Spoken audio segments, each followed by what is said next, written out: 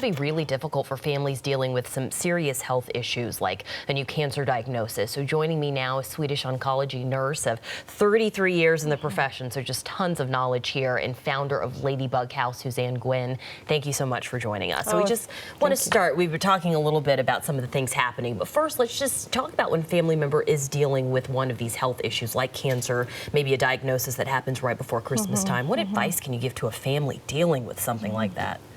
Number one, I mean, it's the reality. It's like the elephant in the room. What do you talk about? You know, do you stop the holidays? Do you move forward? What do you do? And I think that depending on the age of the person, you really have to take the lead. I think everyone is in shock, you know, so you're going to have enough change as it is, you know, so I think moving forward and being as normal as you can for whatever normal means, because that will be redefined with each person, but definitely not, there isn't a right thing to do.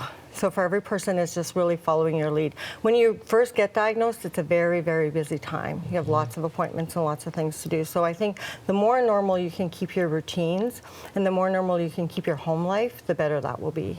What do you think's the best, I mean, maybe appropriate is the word to use. What's the most helpful things that you can say to the people actually going through this? Talk to them. Ask them, how are you doing? Those questions that make your stomach hurt that you think I can't ask, they're probably the most important questions. Saying, you know, letting people know that I don't know what to say and you may feel uncomfortable, or you yourself may feel uncomfortable asking these questions. Those are the most important questions. So letting them know that I'm here for you, not avoiding it. So many people think that people want to be left alone, or I don't want to bother them, or I don't know what to say. Those are the times people feel most isolated. You know, they're alone. Go to them, knock on the door. Don't sit there for hours with them, but just let them know and be present. And ask them, what can I do? I wish I had the right words to say and I don't, but let them know you're there for them. And how do you strike that balance? Because you do, like you said, you want to be normal, so bring in the holidays and, you know, let them feel that spirit, but also you have to address the fact that this is happening. So where is that balance? Basically, again, depending on the age, but it's like, this sucks. This really sucks. I'm really, you know, I'm sad and I can't imagine what you're going through. And do you want to talk about it? You know, this is why we're hosting on Monday, you know, Conversations That Matter. So Ladybug House is bringing to the community a series of conversations because we realize there are so many things that are important to talk about. And so Anticipatory Grief During the Holidays is the title of our conversation on Monday night at Swedish Cherry Hill. And, you know, we want people to know that there are so many things in life that we avoid talking about because it makes us uncomfortable. And those are probably some of the things that are most important to talk about.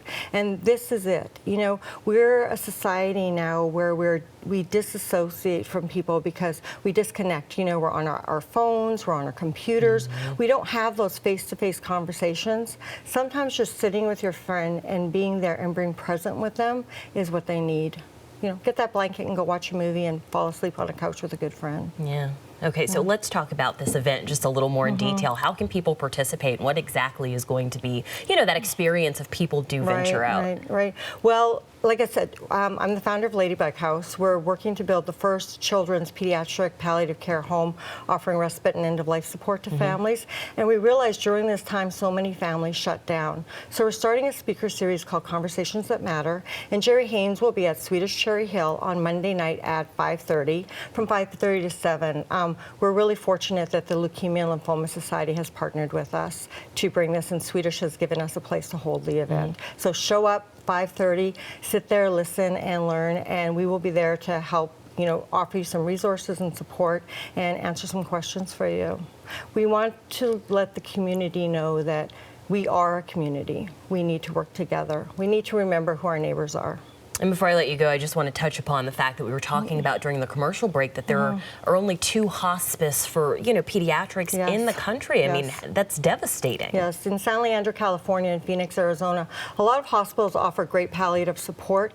But as adults, we have home hospices that we can go to when it gets hard. Children don't have that same benefit. So we are working to raise funds and find land to build Ladybug House. And if you go to our website, ladybughouse.org, you can find more information.